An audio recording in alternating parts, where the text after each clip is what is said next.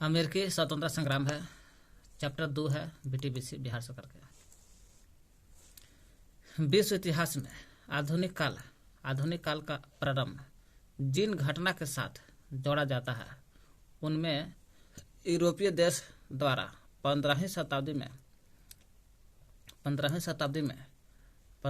में नए सामुद्रिक मार्ग की खोज भी शामिल है। कहने मतलब हुआ आधुनिक काल का प्रारंभ जिन घटना से जोड़ा गया है आज की घटना, उसको 15वीं शताब्दी में सामुद्रिक मार्ग का खोज होल था, उसको भी शामिल कर लिया गया है आधुनिक काल में। यूरोप द्वारा खोजा गया था 15वीं शताब्दी में नए नए सामुद्रिक मार्ग खोज। इसका उद्देश्य क्या था? नए नए सामुद्रिक मार्ग का खोज क्यों होल था? उसका उद्देश्य था कि नया नया व्यापारिक मार्ग का विकास करना था, नए नए व्यापारिक मार्गों का विकसित करना, ताकि यूरोप के देश अर्थव्यवस्था के मामले में और व्यापार के मामले में और वाणिज्य के मामले में अर्थव्यवस्था, व्यापार और वाणिज्य के माध्यम से समृद्धि बन जाए। यूरोप क्या बन जाए? अर्थव्यवस्था में, व्यापार में, वाणिज्य में संपन्न देश बन जाए यूरोप। इससे चलते नया नया देश, नया नया समुद्री खोज, नया नया व्यापारिक मार्ग का विकास हो रहा था 15वीं शताब्दी में। इसी क्रम में 1492 में कोलंबस, जो पुर्तगाल के था, इसी के नाम पर कोलंबिया जगह पड़ल था, दक्षिणी अमेरिका में है, पश्चिमी उत्तर भाग में है कोलंबिया। 1492 में कोलंबस ने अमेरिका महाद्वीप की खोज की। पुनः वही अमेरिका को जब 1502 में कोलंबियस मरता है तो अमेरिको वेस्पूसी फ्लोरेंस का था। वही अमेरिका की खोज करने के बाद बृहद भूखंड के बारे में विस्तृत जानकारी देता है अमेरिको वेस्पूसी, और इसी के नाम पर अमेरिका नाम पड़ता है, अमेरिको वेस्पूसी के नाम पर। वही धीरे धीरे यूरोपीय देश के क्षेत्र जो था अपने उपनिवेश भी बसा लेता है यूरोप के लोग अमेरिका में। उत्तरी अमेरिका के मुख्य रूप से देखा जाए, ऐसे उत्तरी अमेरिका अपनाने के लिए दोनों अमेरिका पर कब्जा किया था, लेकिन उत्तरी अमेरिका में मुख्य रूप से देखा जाए खास करके फ्रांस का और इंग्लैंड का ही अपना वर्चस्व स्थापित किया था। फ्रांस से इंग्लैंड कब्जा लिया था उत्तरी अमेरिका में खास करके।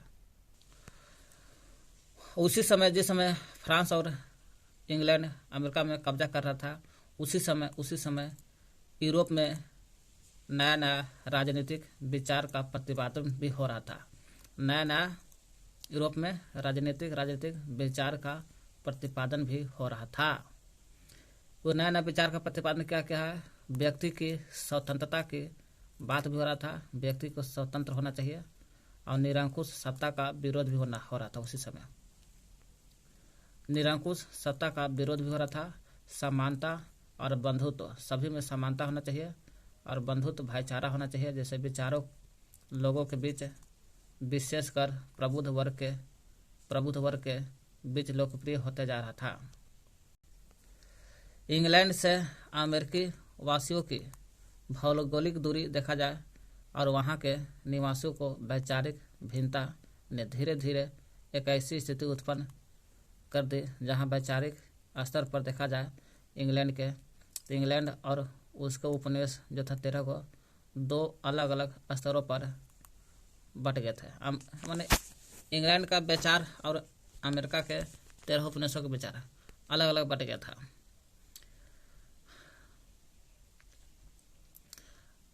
उस समय बदलती हुई आर्थिक व्यवस्था, उस अमेरिका के आर्थिक व्यवस्था भी बदल रहा था। इन दोनों के बीच मतभेद को बढ़ा देता है। अमेरिका का आर्थिक व्यवस्था बढ़ता है तो अमेरिका लड़ने के तैयार होता है इंग्लैंड से। धीरे धीरे उपनिवेशवासी क्या करते हैं? आर्थिक व्यवस्था मजबूत होता है उपनिवेशवासी यानी कि अमेरिका के, तो इंग्लैंड क्या करता है? इंग्लैंड के वर्चस्व से मुक्त होने के लिए संघर्ष करते हैं। वही संघर्ष होता है आगे चल के अमेरिका में। आगे चल के देखिए संघर्ष क्या है। अमेरिका के स्वतंत्रता संग्राम के कारण बताइए क्या कारण है? तो निम्नलिखित कारण है। उपनिवेश में राजनीतिक स्वायत्तता का अभाव था। उपनिवेश में राजनीतिक स्वायत्तता का अभाव था। अमेरिकी उपनिवेशों में देखा जाए तो अधिकांश अंग्रेज लोग थे। अधिकांश अंग्रेज लोग ही उपनिवेश बनल थे। अंग्रेजे ने बना लिया था। यही कि अंग्रेज के इंग्लैंड के भाग करके अमेरिका में बस गए थे। वही अंग्रेज को अंग्रेजी ने गुलाम कर लिया था, वही कह रहा है। अमेरिकी उपनिवेश में देखा जाए तो अधिकांश अंग्रेज लोग थे जिन्हें इंग्लैंड की संसदीय व्यवस्था और विधि विधान देखा था। वही अंग्रेज भाग करके अमेरिका में बसल थे। वही अंग्रेज इंग्लैंड की संसदीय व्यवस्था जो था, वही संसदीय व्यवस्था और विधि विधान इंग्लैंड को देखले था, वही अपना मांग कर रहा था यहाँ पर भी लागू करे। अतः वे अपने उपनिवेश में भी उसी तरह की प्रजातांत्रिक व्यवस्था चाहता था। उपनिवेश में जो इंग्लैंड में संसदीय व्यवस्था है, कानूनी व्यवस्था है, वही यहाँ उपनिवेश में भी लागू करे। जबकि ब्रिटिश शासक इसके खिलाफ था कि नहीं, तुम लोगों का अलग से कानून बनेगा। जो संसदीय व्यवस्था जो चल रहा है, कानूनी व्यवस्था इंग्लैंड में, उपनिवेश पर लागू नहीं होगा, उपनिवेश का कानून अलग बनेगा। इसलिए उपनिवेशों के गवर्नर वो इंग्लैंड के राजा द्वारा नियुक्त होता था। इंग्लैंड के राजा द्वारा नियुक्त होता था उपनिवेश के गवर्नर। कहता था इंग्लैंड का राजा क्या करता था, इंग्लैंड का गवर्नर चुना जाता था, वही गवर्नर उपनिवेश पर अधिकार करता था। यही गवर्नर को विशेषाधिकार भी प्राप्त था। और वह उपनिवेशों के प्रति गवर्नर जो था, उपनिवेश के प्रति उत्तरदायी नहीं होता था। तो जाहिर सी बात है कि उपनिवेश के प्रति उत्तरदायी नहीं होता, लड़ाई होबे करेगा। अब इससे फिर संघर्ष की स्थिति बनती रही। उपनिवेशवासियों को शासन के योग्य नहीं माना जाता था कि कोई भी उपनिवेशवासी है वो शासन नहीं करेगा दूसरा पर, शासन के योग्य नहीं माना जाता था, यानी कि इंग्लैंड ही शासन करेगा। इससे भी भारी संतोष फायदा हुआ और अमेरिका लड़ाई लड़ता है स्वतंत्रता संग्राम। अमेरिकी स्वतंत्रता संग्राम के कारण है कि उपनिवेशों में राजनीतिक स्वतंत्रता का भाव अभी भी देखे, है ना, कि मध्यम वर्ग का उदय भी हुआ था, भौगोलिक दूरी भी था, धार्मिक और सामाजिक व्यवस्था में मतभेद भी था, सप्तवर्षीय युद्ध का प्रभाव भी हुआ था, प्रगति विरोधी आर्थिक नीति भी था, लेखकों और प्रचारक का भूमिका भी था। तब जाकर स्वतंत्रता संग्राम हुआ। जॉर्ज तृतीय के निरंकुश शक्ति भी था और तत्कालीन कारण बोस्टन चाय पार्टी, तब जाकर इतना रूप से अमेरिकी स्वतंत्रता संग्राम हुआ। इंग्लैंड और अमेरिका की भौगोलिक दूर देखा जाए काफ़ी दूर था। दोनों क्षेत्र अटलांटिक महासागर के दो अलग अलग छोर पर स्थित है ना। एक और उस समय यातायात और संचार साधन का अभाव था। यातायात भी नहीं था, संचार का साधन का अभाव भी नहीं था, अभाव था, ठीक ना। अतः व्यवहारिक रूप से देखा जाए तो ब्रिटिश सरकार जो था 13 उपनिवेशों पर कब्जा तो कर लिया था, लेकिन प्रभावशाली नियंत्रण बनाए रखने में असमर्थ था, जिसका फायदा स्वतंत्रता संग्राम के दौरान उपनिवेशवासियों ने उठा लिया कि या तो इतना दूर आएगा जाएगा उतना, है ना। यहाँ से यातायात और संचार का साधन नहीं था, यहाँ से यहाँ आएगा 2 महीने ताते में लगेगा, तब तो मार पीट पाट के कचूर के कचमर कर देंगे। वही उपनिवेशवासियों ने इसका फायदा उठा लेता। धार्मिक और सामाजिक व्यवस्था में भी मतभेद था, है ना। इसके कारण भी अमेरिका में स्वतंत्रता संग्राम होता। अमेरिकी उपनिवेश और ब्रिटेन के बीच धार्मिक और सामाजिक व्यवस्था में मतभेद था। जहाँ देखा जाए ब्रिटिशवासी जो होते थे, इंग्लैंड के लोग एल्गिन मत मानते थे और चर्च का अधिपत्य में विश्वास करते थे। ये जो है ब्रिटिश एल्गिन को मानते थे और चर्च में विश्वास करते थे। चर्च में ब्रिटिशवासी एल्गिन मत को मानते थे और चर्च को में विश्वास करते थे। वहीं दूसरी ओर देखा जाए तो अमेरिका के जनता प्यूरिटन मतवालंबी थे। अमेरिका के जो जनता थे प्यूरिटन को मानते थे और प्यूरिटन के साथ साथ इंग्लैंड से कुछ लोग भाग करके आ गए थे अमेरिका में, अंग्रेजी लोग, उन लोग भी गुलाम हो गए थे भाग गए।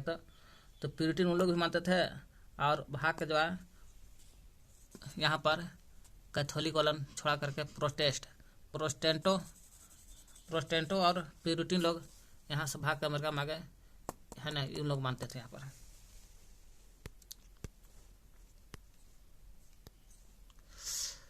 दूसरी ओर अमेरिका के जो जनता थे, अमेरिका के जनता प्यूरिटन मतवालंबी थे, प्यूरिटन मानते थे और धार्मिक उत्पीड़न से तबाह होकर के इंग्लैंड से भाग गए थे प्रोटेस्टेंटो और प्यूरिटन।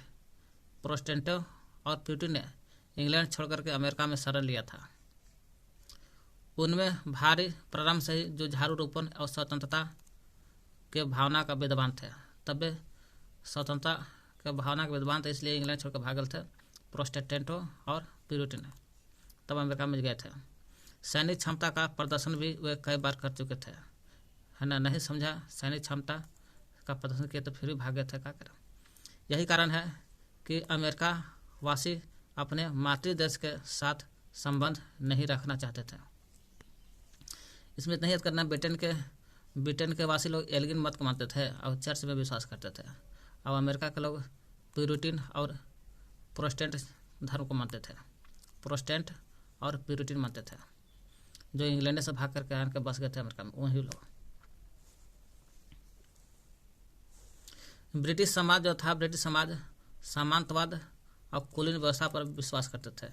यही कुलीन को अमेरिका में मध्यम वर्ग भगाना चाहता था, मध्यम वर्ग मिल करके कुलीन को भगाना चाहता था। पूछेगा, ब्रिटिश समाज सामंतवादी और कुलीन व्यवस्था पर आधारित थी, जबकि अमेरिकी समाज समतामूलक और प्रजातांत्रिक व्यवस्था पर आधारित है। समतामूलक सभी को समान हक मिलना चाहिए, और प्रजातांत्रिक व्यवस्था पर आधारित थी कौन? अमेरिका। सामंतवादी और कुलीन व्यवस्था पर आधारित था ब्रिटेन के, और समतामूलक और प्रजातांत्रिक व्यवस्था था अमेरिका का समाज। इसके कारण भी अमेरिका में स्वतंत्रता संग्राम का कारण बनता है, तालमेल नहीं हो पा रहा था। सप्तवर्षीय युद्ध का प्रभाव है। सप्तवर्षीय युद्ध 1756 से 63 में हुआ। फ्रांस हार जाता है, इंग्लैंड जीत जाता है। इसमें सप्तवर्षीय युद्ध से पहले का बात है, पहले है ना, कह रहा पूर्व तक, सप्तवर्षीय युद्ध के पूर्व तक उपनिवेशवासी इंग्लैंड से घनिष्ठ रूप से जुड़ गए थे। क्यों? क्योंकि इंग्लैंड और फ्रांस लड़ेगा तो फ्रांस हार जाएगा। अब फ्रांस जो है, जो कनाडा में अंग्रेज लोग अमेरिका वासी लोग फ्रांसीसी से मुकाबला नहीं कर पाते थे, हार जाते थे। इसलिए अमेरिका के लोग सोचे, अमेरिका वासी सोचे कनाडा में इंग्लैंड के साथ रह करके, है ना, दोनों अमेरिका वासी उपनिवेश और इंग्लैंड से मिल करके कनाडा में, है ना, फ्रांस को लड़कर भगा दिया। तब इंग्लैंड कमज़ोर पड़ गया। अब अमेरिका वासी इंग्लैंड से ही लड़ेंगे। इस प्रकार इस युद्ध में फ्रांस की पराजय के साथ ही फ्रांस जब हार जाता है ना, फ्रांस से भय समाप्त हो जाता है। अब जितना उपनिवेशवासी थे उसका लक्ष्य है इंग्लैंड को भगाना, क्योंकि इंग्लैंड अब अकेले पड़ गया है। इसी पर लिखते हुए बोलते हैं प्रो पोलार्ड क्या कहते हैं? फ्रांस की पराजय ने अमेरिका वासी की स्वतंत्रता की इच्छा को बढ़ाया है। फ्रांस अगर हारता नहीं तो अमेरिका वासी को स्वतंत्रता की इच्छा बढ़ता नहीं, इसलिए प्रो पोलार्ड बोलते हैं। क्या बोलते हैं पोलार्ड? फ्रांस की पराजय ने अमेरिका वासी को की स्वतंत्रता की इच्छा को भड़का दिया है, यानी कि स्वतंत्रता की इच्छा को जगा दिया है। यहाँ बोल रहा है फ्रांस की हार ने उपनिवेशवासी की स्वतंत्रता की इच्छा को भड़काया है, प्रो पोलार्ड बोलता है। और वही सप्तवर्षीय युद्ध में इंग्लैंड की विजय से अमेरिका के इतिहास का आरंभ भी होता है। ठीक है, फ्रांस की पराजय ने अमेरिका वासी के स्वतंत्रता की इच्छा को भड़काया, ठीक है, लेकिन इंग्लैंड की विजय ने अमेरिका के इतिहास का आरंभ भी होता है। इंग्लैंड की विजय से अमेरिका के इतिहास आरंभ होता है, और फ्रांस की हार से स्वतंत्रता की इच्छा का बढ़ता है। सबसे गंभीर मतभेद देखा जाए आर्थिक कारण से उत्पन्न हुआ था। प्रगति विरोधी आर्थिक नीति से सबसे ज्यादा गंभीर मतभेद हुआ था। कैसे, जरा देखिए। उपनिवेशवाद जो इंग्लैंड है, वही इंग्लैंड जो था उपनिवेशवाद कहते हैं इसको। उपनिवेशवाद का बुनियादी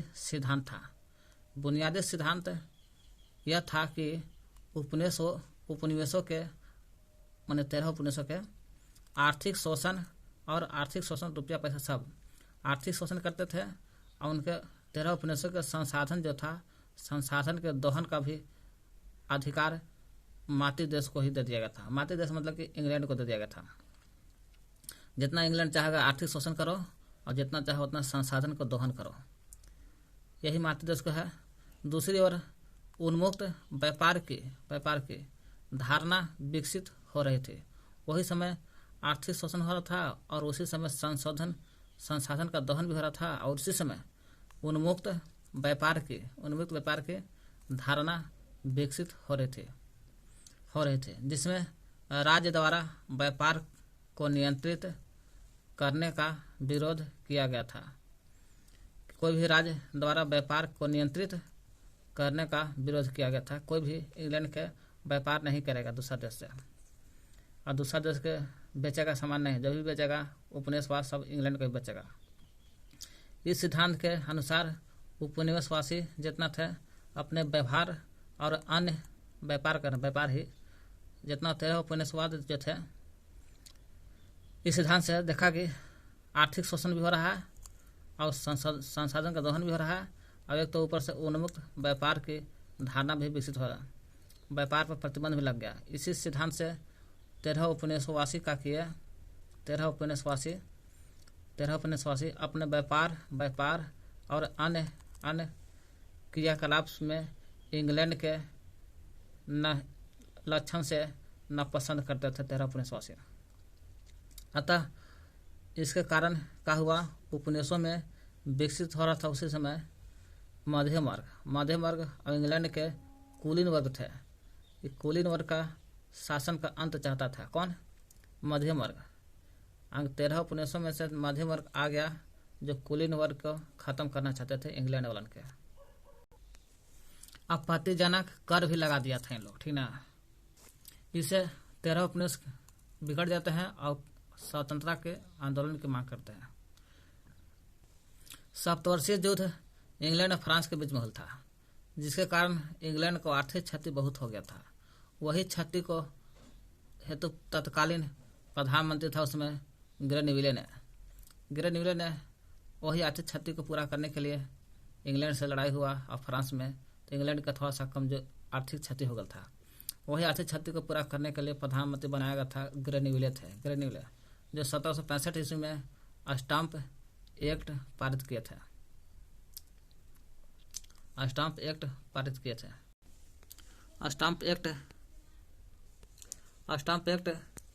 1765 में लागू हुआ था। भारतीय भवन में है।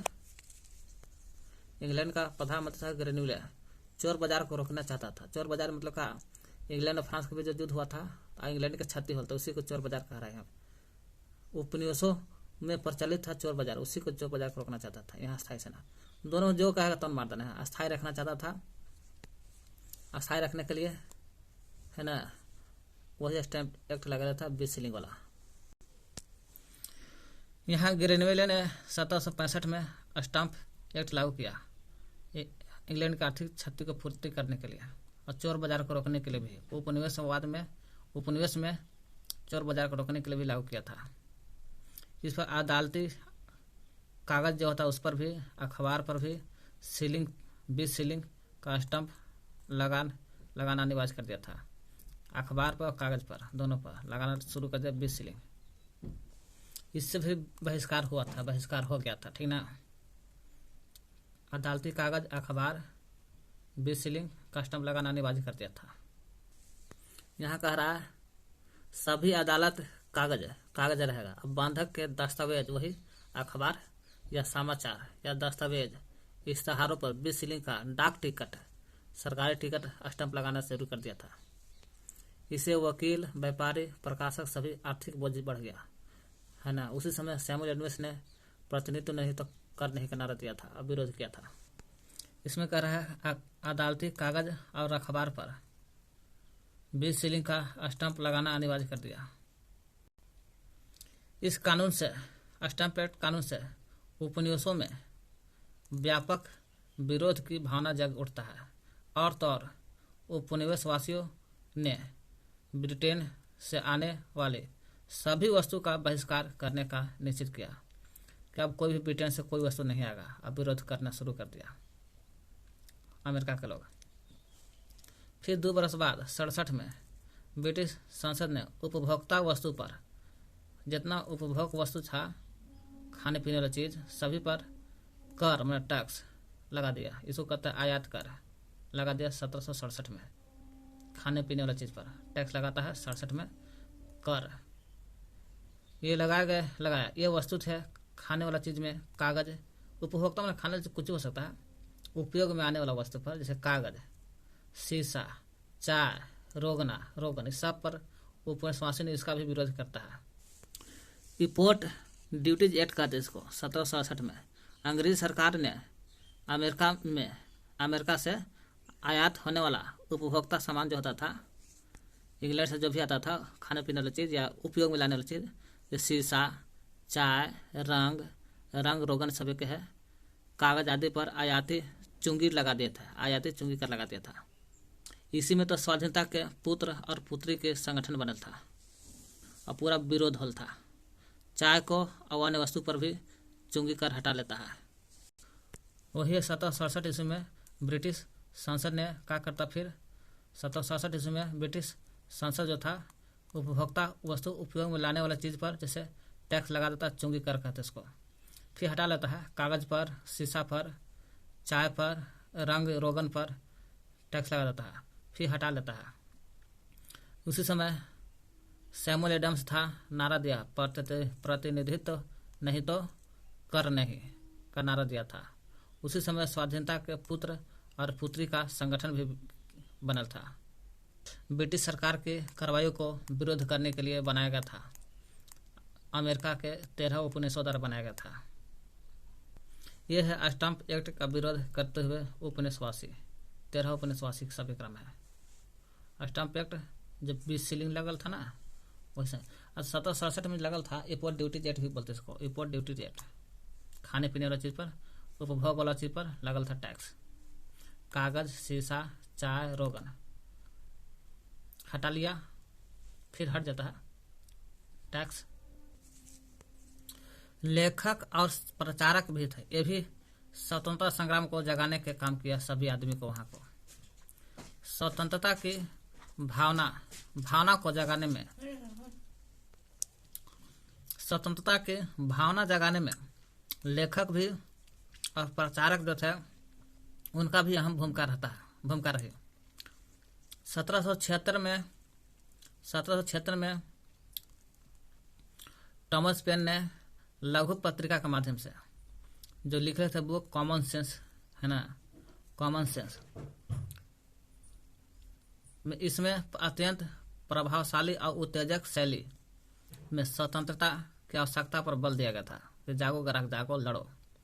उसने राजतंत्र पर भी करारा प्रहार किया था। राजतंत्र को खराब बुरा भला लिख करके बोला था, राजतंत्र नहीं प्रजातंत्र होना चाहिए। थॉमस जेफरसन भी आता। यह जेफरसन स्वतंत्रता की घोषणा को तैयार करता है, वर्जीनिया का था। इसने भी उपनिवेशवासियों को विद्रोह करने के लिए अधिकार का समर्थन भी किया था कि तुम लोग भी विद्रोह करो, और उनकी बढ़ती हुई स्वतंत्रता की इच्छा को प्रोत्साहित किया था। यही है, लेखक हो गया थॉमस पेन, प्रचारक हो गया जेफरसन। फिलाडेल्फिया का दूसरा सम्मेलन हॉल था 4 जुलाई 1776 को। इसी में स्वतंत्रता की घोषणा तैयार हॉल था जेफरसन द्वारा। वही 1776 में हॉल था। थॉमस पेन ने लघु पत्रिका कॉमन सेंस बुक लिख लिया था। जॉर्ज तृतीय के निरंकुश नीति आता है। जॉर्ज तृतीय के निरंकुश नीति आता है। इंग्लैंड के शासक जॉर्ज तृतीय था उस समय अमेरिका के 13 उपनिवेश पर। वही सत्ता संभालते हुए अमेरिकी उपनिवेश के प्रति वो अमेरिकी उपनिवेशों के प्रति 13 उपनिवेशों के प्रति निरंकुश नीति अपनाया था। और निरंकुश नीति अपनाया, अपने बात को सुनता था जरूरत थी, और कोई की बात नहीं। यह नीति इंग्लैंड में अलोकप्रिय थी। यह नीति इंग्लैंड में भी अलोकप्रिय थे। निरंकुश नहीं चाहता था, इंग्लैंड भी उस समय नहीं था, भले राजतंत्र था लेकिन निरंकुश नहीं था। और जबकि जॉर्ज तृतीय अमेरिका में 13 उपनिवेश रख ले, फिर भी निरंकुश नीति अपना लिया था। वो इंग्लैंड में भी अलोकप्रिय था। वह व्यक्तिगत शासन के सिद्धांत में विश्वास रखता था। जॉर्ज तृतीय जो था व्यक्तिगत शासन के सिद्धांत जो था इसी में विश्वास रखता था। जबकि इंग्लैंड में यह नीति खराब था, नहीं चलता था। मंत्रिमंडल की शक्ति बढ़ाने लगी थी। इंग्लैंड में मंत्रिमंडल की जो शक्ति था उस बढ़ने लगी थी। जॉर्ज तृतीय के अनुत्तरदायी रवैये ने देखते हुए उपनिवेशों के साथ संकट उत्पन्न होता है और शांतिपूर्ण समाधान की संभावनाओं को वस्तुतः ध्वस्त कर दिया गया। जो शांतिपूर्ण चला था खत्म कर देता और राजतंत्र लान देता है, निरंकुश लान देता है। स्वतंत्रता संग्राम के उत्तरदायी का प्रमुख कारण ये भी है।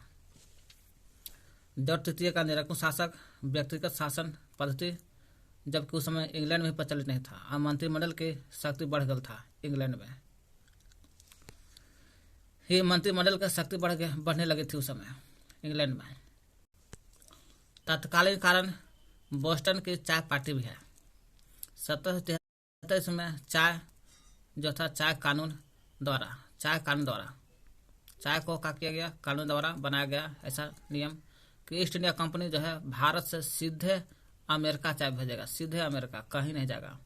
भारत से चाय जो जावे करेगा सीधे अमेरिका से चाय उठेगा, सीधे अमेरिका, भारत से चाय उठेगा सीधे अमेरिका जाएगा चाय। तो यहीं पर 1773 में बोस्टन बंदरगाह पर सब चाय फेंक दिया जाता है। भारत से सीधे अमेरिका चाय भेजने का एक अधिकार कानून बना दिया गया था, जबकि अमेरिका वासी इसका विरोध किए, जिसका उपनिवेशवासियों ने जबरदस्त विरोध किया। और चाय से लदा हुआ नाव था, देख रहे नाव ना,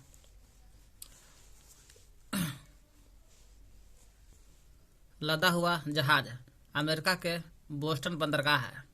बोस्टन बंदरगाह था, अमेरिका में पड़ता। वहां पर पहुंचा तो वहां के कुछ नागरिक थे अमेरिका के, आदिवासी के भेष में, रेड इंडियन के भेष में, आदिवासी और रेड इंडियन जैसे कपड़ा पहन करके उस जहाज पर आक्रमण कर देता है। सभी चाय की जो पेटी थी सभी पेटियां समुद्र में फेंक देते हैं। इसी घटना को बोस्टन चाय पार्टी के नाम से जाना गया। फिर ब्रिटिश सरकार ने 73 के बाद 74 में एक घटना घटता है, बोस्टन टी पार्टी। ब्रिटिश सरकार ने यही घटना को देखते हुए बोस्टन बंदरगाह पर व्यापारिक प्रतिबंध लगा देता है, जिसमें लॉर्ड नार्थन द्वारा लगाया गया था। बोस्टन बंदरगाह पर व्यापारिक प्रतिबंध लगा था, जो 5 असहनीय कानून लागू करता है। 5 असहनीय कानून। पहला, बोस्टन पर बंदरगाह व्यापारिक प्रतिबंध लगा दिया, कोई व्यापारिक प्रतिबंध नहीं होगा। 5 असहनीय कानून में शामिल कर दिया। 1774 में बोस्टन बंदरगाह पर व्यापारिक प्रतिबंध लगा था और इस प्रकार अमेरिका उपनिवेश को विद्रोह की आग में ढकेल दिया गया। उपनिवेशों को विद्रोह की आग में और ढकेल दिया गया क्योंकि व्यापारिक प्रतिबंध लगा दिया तो बोस्टन बंदरगाह पर। वही लॉर्ड नाथ का दंडात्मक कानून 1774 में है ना। ब्रिटिश प्रधानमंत्री ने उपनिवेशों को दंडित करने के लिए लॉर्ड नाथ ने, प्रधानमंत्री था उस समय, 1774 में 5 असहनीय कानून लागू किया था, जिसमें बोस्टन बंदरगाह को बंद करवा दिया था। क्यूबेक एक्ट द्वारा भी उपनिवेशों पर अनेक प्रकार के प्रतिबंध लगा दिए गए थे। उपनिवेश पर बहुत सारा प्रतिबंध लगा दिया था क्यूबेक एक्ट द्वारा। यह भी स्वतंत्रता संग्राम होता है यहाँ से भी। 5 सितंबर 1774 को 13 उपनिवेशों ने मिल करके फिलाडेल्फिया के शहर में प्रथम सम्मेलन होता है। एक महादेशीय सम्मेलन होता है। इसमें यही बात बोला गया है, ब्रिटिश कानून का विरोध किया गया। ब्रिटिश कानून को विरोध कर दिया गया और व्यापार के बहिष्कार का निर्णय हुआ। ब्रिटिश कानूनों का विरोध के बारे में चर्चा हुआ और व्यापार के बहिष्कार के बारे में निर्णय हुआ। यहाँ फिलाडेल्फिया का प्रथम सम्मेलन 5 सितंबर 1774 को। ठीक,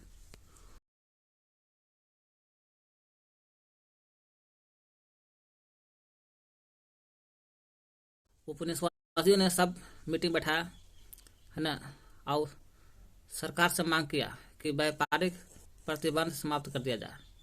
अब जब तक उपनिवेशवासियों के सहमति के बिना उन पर, मतलब उस 13 उपनिवेशों पर कोई कर नहीं लगाया जाए, है ना, और ब्रिटिश सरकार के कानून का व्यापारिक प्रतिबंध समाप्त कर दिया जाए, अब कर भी नहीं लगाया जाए बिना सहमति के।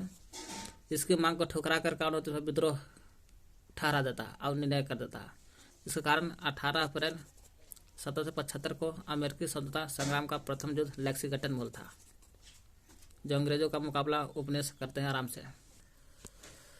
5 सितंबर 1774 ईस्वी को 13 उपनिवेशों के प्रतिनिधियों मिल जाते हैं, मिल करके फिलाडेल्फिया शहर में प्रथम सम्मेलन करते हैं। इसमें ब्रिटिश कानून का विरोध करते हैं और कहते हैं व्यापारिक प्रतिबंध समाप्त कर दो और कोई टैक्स नहीं लगाया जाए जब तक उपनिवेश का मर्जी न होगा तब तक। ब्रिटिश कानूनों का विरोध किया, व्यापार के बहिष्कार भी किया और टैक्स लगाया था उसका भी विरोध किया। अंत में क्या हुआ, इसका विद्रोह और ऊपर से विद्रोह ठहरा दिया 13 उपनिवेश पर अंग्रेजी सरकार ने। इसलिए विद्रोह होता है 18 अप्रैल 1775 को, 5 सितंबर 1776 और 75। 18 अप्रैल 1775 को ब्रिटिश सेना जितना था सब और उपनिवेशवासी 13 को मिल करके दोनों के बीच में मुकाबला चलता है। दोनों में 18 अप्रैल 1775 को लेक्सिंगटन में मुकाबला चलता है। लेक्सिंगटन में यही प्रथम संघर्ष, प्रथम स्वतंत्रता संग्राम का प्रथम युद्ध होता है। इसके बाद 4 जुलाई को फिर होता है ना, प्रथम स्वतंत्रता संग्राम होता है। स्वतंत्रता संग्राम का प्रथम युद्ध माना जाता है लेक्सिंगटन में है। फिर 5 सितंबर के बाद 4 जुलाई आता है और 75 में मुकाबला होता है। 76 में फिर फिलाडेल्फिया का दूसरा सम्मेलन होता है। इसमें जेफरसन ने स्वतंत्रता के घोषणा पत्र जारी कर देता है ना, वर्जीनिया का था। जेफरसन ने स्वतंत्रता के घोषणा पत्र जारी कर देते हैं। यही जॉर्ज वाशिंगटन अमेरिका के सेनापति बनते हैं, जॉर्ज वाशिंगटन। यहाँ देखिए जेफरसन द्वारा अमेरिकी स्वतंत्रता की घोषणा पत्र। फिर क्या हुआ, फिर जॉर्ज वाशिंगटन को अमेरिकी उपनिवेश के जॉर्ज वाशिंगटन का क्या अमेरिकी उपनिवेश जैसा रहा, सभी मिल करके सेनापति बना देते हैं इनको, जॉर्ज वाशिंगटन को। इस प्रकार अमेरिका स्वतंत्रता संग्राम पूरी तरह आरंभ हो जाता है, पूरी तरह से आरंभ हो गया। और क्या, 3 फरवरी को 1783 को पेरिस की संधि होता है और पेरिस की संधि के तहत ही 3 फरवरी को होता है, ठीक ना, समाप्त होता है अमेरिकी स्वतंत्रता संग्राम। हालांकि 1781 में, है ना, ब्रिटिश सेनापति लॉर्ड कॉर्नवालिस था। ब्रिटिश में सर अंग्रेज के सेनापति था उस समय। अमेरिका के सेनापति था जॉर्ज वाशिंगटन और अंग्रेज का सेनापति था लॉर्ड कॉर्नवालिस। हारने के बाद आत्मसमर्पण, तब जाके अमेरिकी स्वतंत्रता संग्राम समाप्त होता है 1781 में। और 3 फरवरी 1783 में पेरिस की संधि होता है, वही है। और जॉर्ज वाशिंगटन को अमेरिकी उपनिवेश के सेनापति नियुक्त किया जाता है। उस समय अमेरिकी स्वतंत्रता संग्राम पूरी तरह आरंभ हो गया था और 1781 में अमेरिकी स्वतंत्रता संग्राम खत्म हो जाता है। 1781 में ब्रिटिश के सेनापति था लॉर्ड कॉर्नवालिस, हार जाता है तो आत्मसमर्पण करता है, तब खत्म होता है। 3 फरवरी 1783 को पेरिस की संधि होता है और उसी को पेरिस की संधि के तहत अमेरिकी स्वतंत्रता संग्राम खत्म भी होता है, समाप्त हुआ। 1787 में संविधान का निर्माण होता है, 89 में लागू हो जाता है।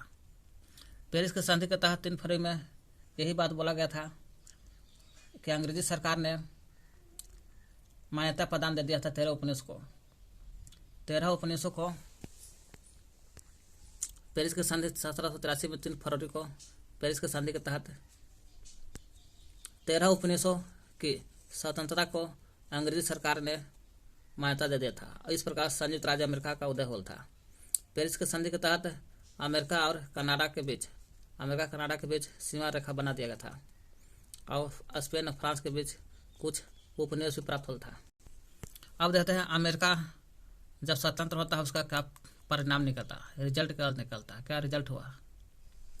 अमेरिकी इतिहास रिजल्ट आता है जब संग्राम जीतता है तो अमेरिकी स्वतंत्रता संग्राम को विश्व इतिहास में एक विभाजन रेखा के रूप में देखा जाता है। इसके तत्कालिक और दीर्घकालीन परिणाम दोनों के निर्णय था। विभाजन का मतलब क्या, एक तो राजतंत्र एक तो गणतंत्र, दोनों का विभाजन करता है। अमेरिका का रिजल्ट आता ही है कि अमेरिकी स्वतंत्रता संग्राम का रिजल्ट यही है कि ब्रिटेन का एक कीमती उपनिवेश जो था 13 वो हाथ से निकल जाता है, ठीक ना, अब कुछ नहीं है। और अटलांटिक महासागर के पर संयुक्त राज्य अमेरिका के रूप में एक शक्तिशाली राष्ट्र का उदय हुआ जिसे पूरे विश्व को प्रभावित किया।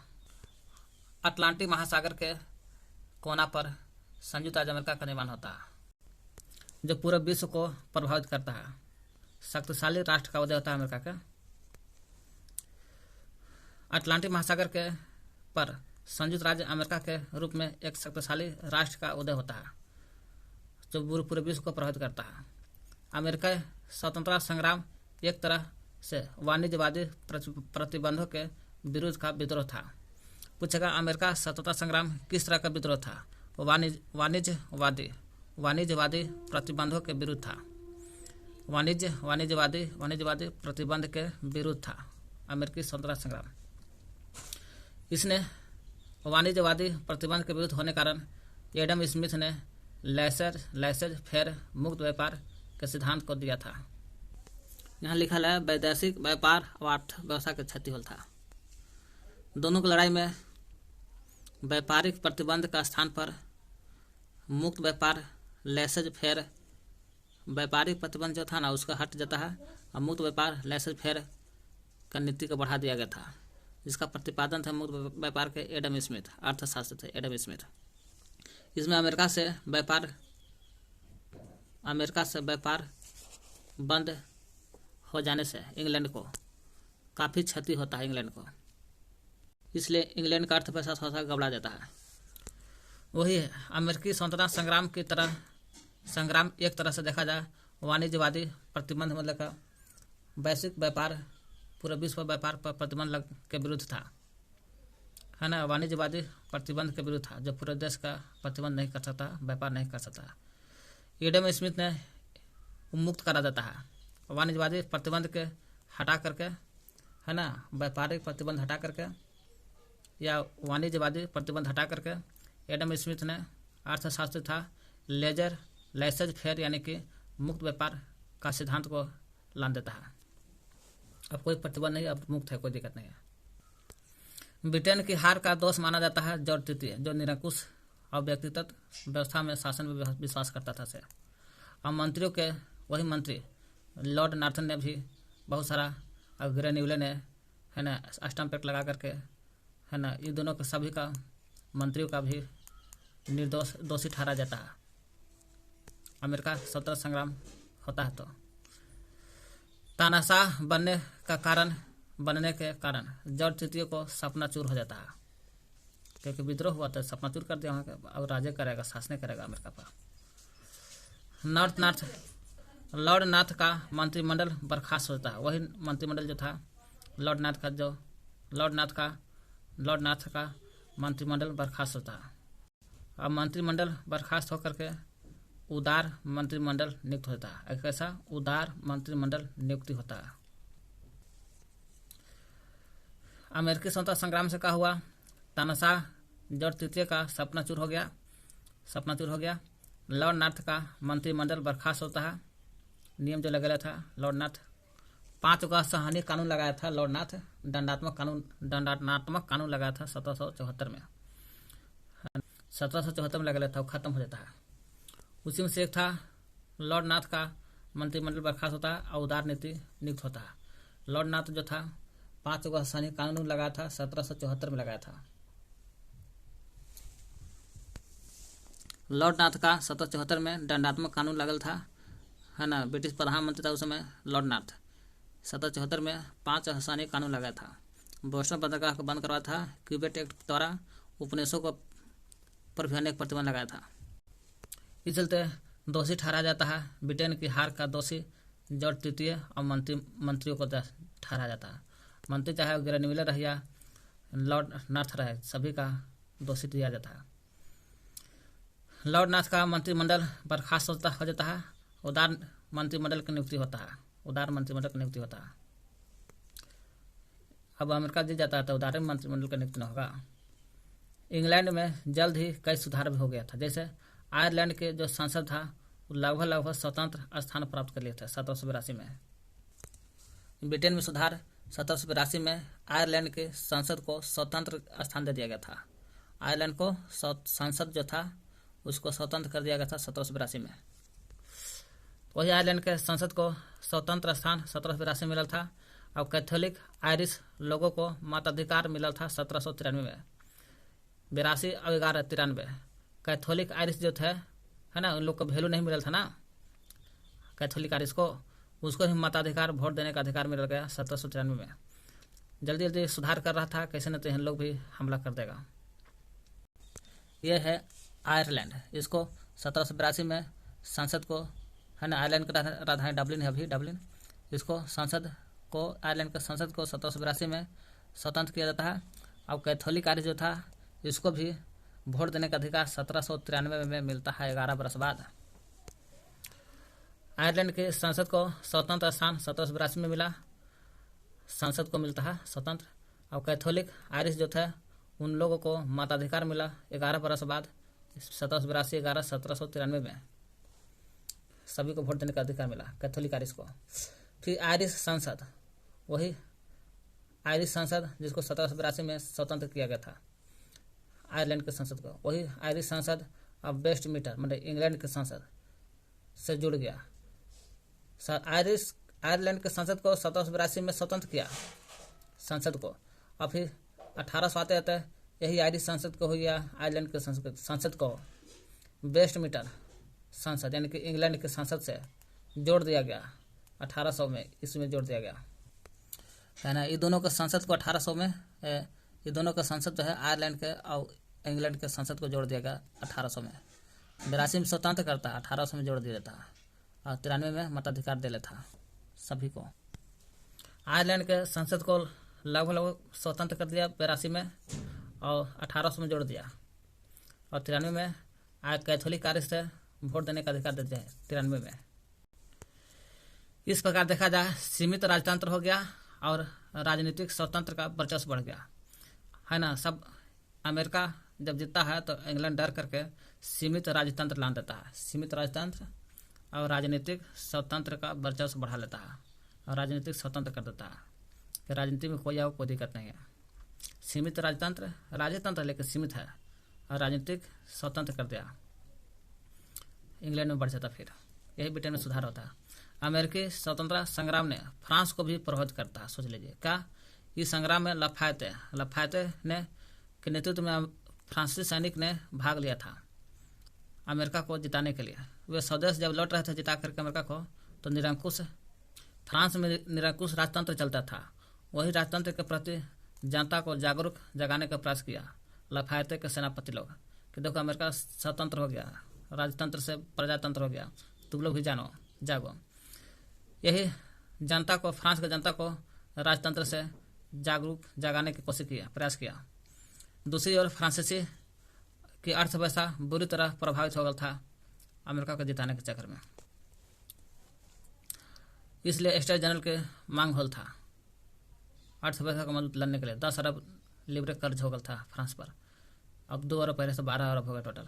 राजनीति में जनता की भागीदारी का मार्ग प्रशस्त हो गया।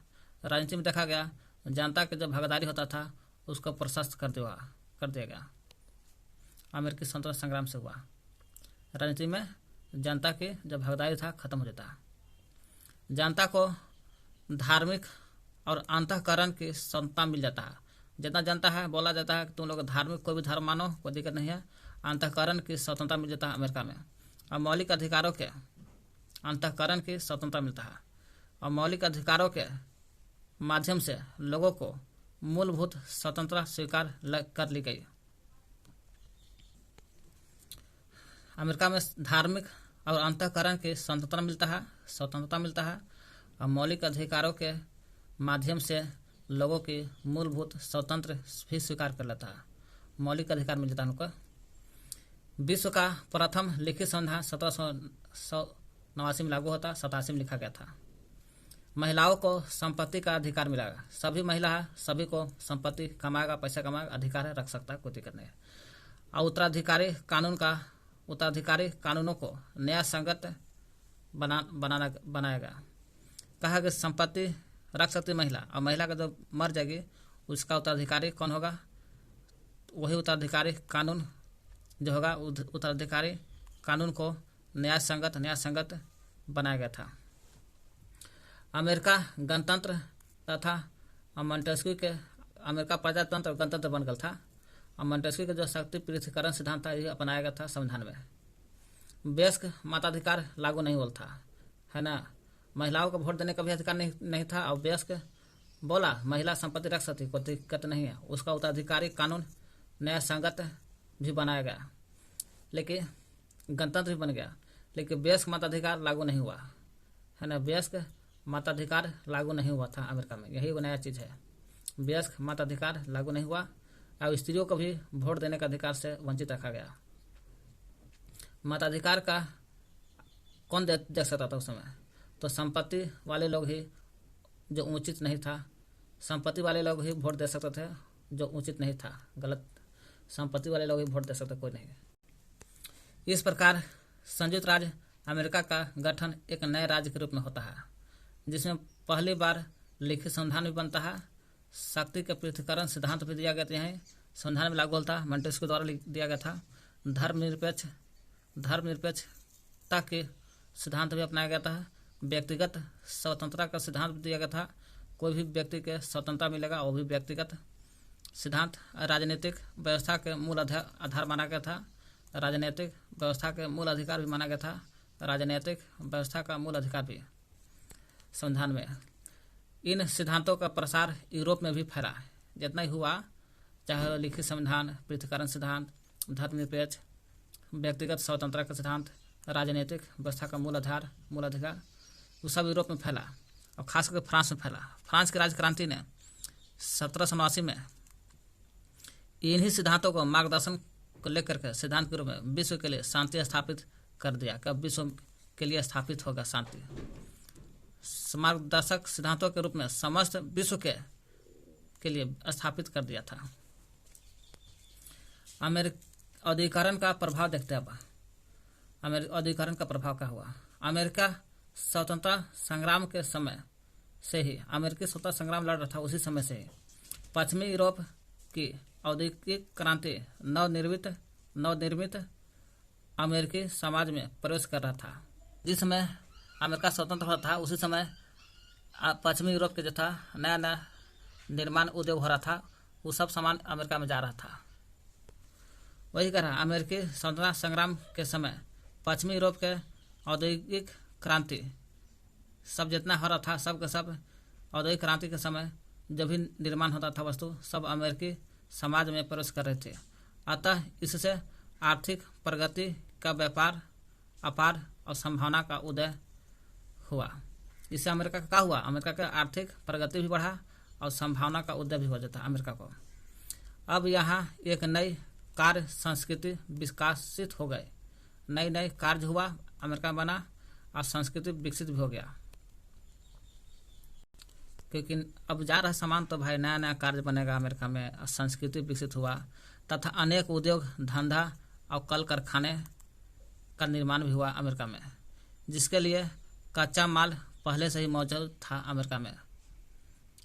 औद्योगिकरण के फलस्वरूप कृषि को भी प्रोत्साहन मिला। औद्योगिकरण जब हुआ अमेरिका में, औद्योगिकरण, उसके फलस्वरूप कृषि को भी प्रोत्साहन दिया गया था। अतः आर्थिक क्षेत्र में अभूतपूर्व उन्नति हासिल हुआ। आर्थिक क्षेत्र में अमेरिका को बहुत उन्नति हुआ, जिसका परिणाम देखा जाए एक सशक्त और विकसित देश के रूप में संयुक्त राज्य अमेरिका का उदय होता है। देखिए ऐसे हुआ, अमेरिका में स्वतंत्रता संग्राम हो रहा था उसी समय पश्चिमी यूरोप की औद्योगिक क्रांति, नया नया निर्माण होता, औद्योगिक क्रांति होता पश्चिमी यूरोप में। यहाँ नया नया औद्योगिकरण से नया नया वस्तु बन रहा था, अमेरिका में जा रहा था, उसमें बिक रहा था पूरा।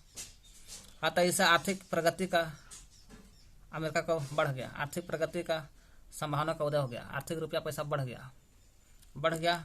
एक नई कार्य संस्कृति विकसित होता है अमेरिका में, नया नया कार्य संस्कृति भी विकसित होता है, नया नया कार्य बनता है, नया नया संस्कार बनता है, संस्कृति बनता है। उद्योग धंधा भी, कल कारखाने यहाँ खुलता है अमेरिका में। कच्चा माल तो पहले से ही था, उद्योग धंधा कल कारखाना खुलबे किया और पहले से कच्चा माल ही था यहाँ पर, उससे और बढ़िया विकास हुआ।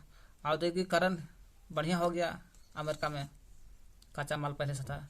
और कृषि को भी प्रोत्साहन भी दिया गया था अमेरिका में, कृषि को भी, कच्चा माल कृषि से ना आएगा, इसलिए कृषि को प्रोत्साहन दिया गया था। आर्थिक क्षेत्र में बहुत उन्नति हुआ अमेरिका को, अंत में आर्थिक क्षेत्र में भी बहुत उन्नति हुआ, पैसा कौड़ी है ना, आदि जो भी औद्योगिकरण होगा तो आर्थिक क्षेत्र में तो उन्नति होबे करेगा, जिसका परिणाम मजबूत विकसित देश और सशक्त संयुक्त राज्य अमेरिका का उदय होता है। ये कह रहा कि इंग्लैंड असफलता के कारण बताओ इंग्लैंड क्यों हार गया था। यद्यपि इंग्लैंड काफी शक्तिशाली थी, फिर भी विश्व में उसे कई उपनिवेश भी थे। इंग्लैंड का विश्व में बहुत सारा उपनिवेश अपना के लिए था, इंग्लैंड भी था, भारत में भी था, अमेरिका में भी था, बहुत सारा था, ऑस्ट्रेलिया में भी था, कनाडा में भी था, है ना। परंतु उसे अफ्रीका में भी था। अमेरिकी स्वतंत्रता संग्राम में हार का मुंह क्यों देखना पड़ा, इसका कारण देखना है। अमेरिकी उपनिवेश अटलांटिक महासागर के पार है, जो 3000 मील की दूरी पर स्थित है। यहाँ से यहाँ देखा जाए, अमेरिकी अटलांटिक महासागर से इंग्लैंड से 3000 के मील की दूरी पर है, 3000 मील यहाँ अटलांटिक महासागर के बाएं तरफ। वहाँ समय से सेना, इंग्लैंड जो था समय से सेना और रसद पहुँचाने में कठिनाई होता था ना, समय पर सेना नहीं भेज पाता था इंग्लैंड, लड़ाई हो गया तो। अमेरिका में तो समय पर सेना नहीं भेजता था, रसद पहुँचाने में, खाना पीना किसी पहुँचाने में कठिनाई होता था।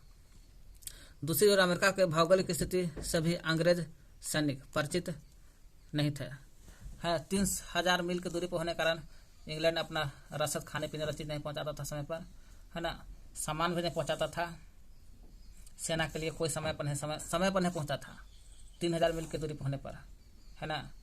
और तो अमेरिका का जो भौगोलिक स्थिति था, इसे अंग्रेज के सैनिक जो होते थे, आया तो कोई आया 3 महीने के बाद, तो भौगोलिक स्थिति नहीं समझ पाता था, तब तो पिटा जाता था अंग्रेज के सैनिक। अमेरिका की शक्ति, अमेरिका के इंग्लैंड का किया, अमेरिका का जो शक्ति था उसको नजरअंदाज किया था, कहते इतना है मार दबे जाना होता है ना, ऐसा अंग्रेज सोच के चलता था।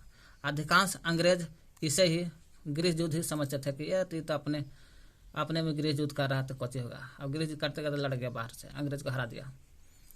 उपनिवेश बस्तियों में एकता और उत्साह था, 13 उपनिवेश था, सभी में एकता था, उत्साह था, वे स्वतंत्रता के लिए कुछ भी करने के लिए तैयार थे। तो भाई लड़ाई हुआ तो जाहिर सी बात है। ब्रिटिश सेनापति ने कुछ सामरिक भूल भी कर लिया था, सामरिक भूल, ब्रिटिश वही सामरिक भूल मतलब कि जो तृतीय था निरंकुश शासन व्यवस्था लागू कर दिया था, लॉर्ड ग्रेनिवले था प्रधानमंत्री, स्टैम्प एक्ट लागू कर दिया था, लॉर्ड ना था, 5 का सैनिक कानून लागू किया था, वो भूल किए प्रधानमंत्री। ब्रिटिश राजनेताओं के बीच, ब्रिटिश जो राजनेता था सब बीच गंभीर मतभेद था अपने ही में। जॉर्ज तृतीय का हठ धार्मिकता था कि नीति के कारण योग्य और अनुभवी नेता इंग्लैंड की सरकार को नहीं मिल पाया था। इस कारण भी अंग्रेज हारता है। ब्रिटेन जो था विदेशी सहायता से वंचित रहा, ब्रिटेन को विदेशी सहायता कोई नहीं किया, जबकि अमेरिका को उपनिवेश के बहुत सारा विदेशी सहायता भी किया। विशेष करके फ्रांस ने सहायता किया, फ्रांस ने उपनिवेशों को सहायता किया, धन जन काफी में मदद कर लेता। अमेरिका को जॉर्ज वाशिंगटन जैसा सुजोग नेता मिल गया, जिसने बड़े धैर्य से वाशिंगटन ने और साहस से और कुशलता से अंग्रेजों के सेनापति को हरा दिया। 13 उपनिवेश इस प्रकार से, उपनिवेश का नाम है ना, new Hampshire, Massachusetts, Rhode Island, Connecticut, New York, new Jersey New York new Jersey, Pennsylvania Pennsylvania, Delaware Delaware, Maryland Maryland Maryland, Virginia Virginia Virginia का था जेफरसन, जो अमेरिकी की स्वतंत्रता संग्राम की घोषणा को तैयार किया था, वर्जीनिया का। उत्तरी कैरोलिना दक्षिणी कैरोलिना दक्षिणी कैरोलिना, एक और है जॉर्जिया जॉर्जिया, उत्तरी और दक्षिणी कैरोलिना दोनों है, उत्तरी कैरोलिना दक्षिणी कैरोलिना और जॉर्जिया। अमेरिका का राजधानी कहाँ है देख लीजिएगा, Washington. Common sense Thomas Paine 1776 में लिख रहा था बुक। स्टैम्प एक्ट 1765 में, जो 20 सीलिंग लगाता था, अनिवार्य कर देता है। अमेरिका स्वतंत्रता संग्राम में अंग्रेज का सेनापति, तो अंग्रेज का सेनापति कहेगा तो कॉर्नवालिस था। अब ब्रिटेन का सेनापति जॉर्ज वाशिंगटन था। अमेरिकी संविधान कब लागू हुआ था? 1787 में बनकर तैयार हुआ था। ब्रिटेन में विश्व में प्रथम लिखित संविधान अमेरिका के किस संविधान द्वारा अमेरिकी स्वतंत्रता संग्राम का मान्यता मिला था? किस संधि के तहत? 3 फरवरी 1783 में पेरिस के संधि के तहत। अमेरिकी स्वतंत्रता संग्राम में अमेरिका का सेनापति अभी देखें है ना, जॉर्ज वाशिंगटन था। अमेरिका के प्रथम राष्ट्रपति कौन थे? जॉर्ज वाशिंगटन थे, जो सेनापति थे, प्रथम भी अभी थे, सेनापति भी थे। सप्तवर्षीय युद्ध फ्रांस और ब्रिटेन के बीच हुआ। जो ब्रिटेन का साथ दिया था सप्तवर्षीय युद्ध में इंग्लैंड अमेरिका के लोगों ने। अब फ्रांस हार जाता है, तो फ्रांस में हारने के कारण बोले था प्रो पोलार्ड बोले था कि फ्रांस है ना, फ्रांस के हार उपनिवेशवासियों के स्वतंत्रता की इच्छा को जगाया है, फ्रांस की हार, ऐसा प्रो पोलार्ड बोलता है, पोलार्ड। और इंग्लैंड की जीत से क्या बोलता है? इंग्लैंड की जीत, हालांकि पोलार्ड नहीं बोला है, इसे लिखा है इंग्लैंड की जीत ही अमेरिका के इतिहास आरंभ होता है, अमेरिका का इतिहास आरंभ होता है इंग्लैंड की जीत से। रिक्त स्थान की पूर्ति करें। लेजे फेयर का सिद्धांत, लेजे फेयर जो कि मुक्त व्यापार करते, इसको अर्थशास्त्र एडम स्मिथ ने दिया था कि प्रतिबंध व्यापार हटाओ और मुक्त व्यापार लाओ।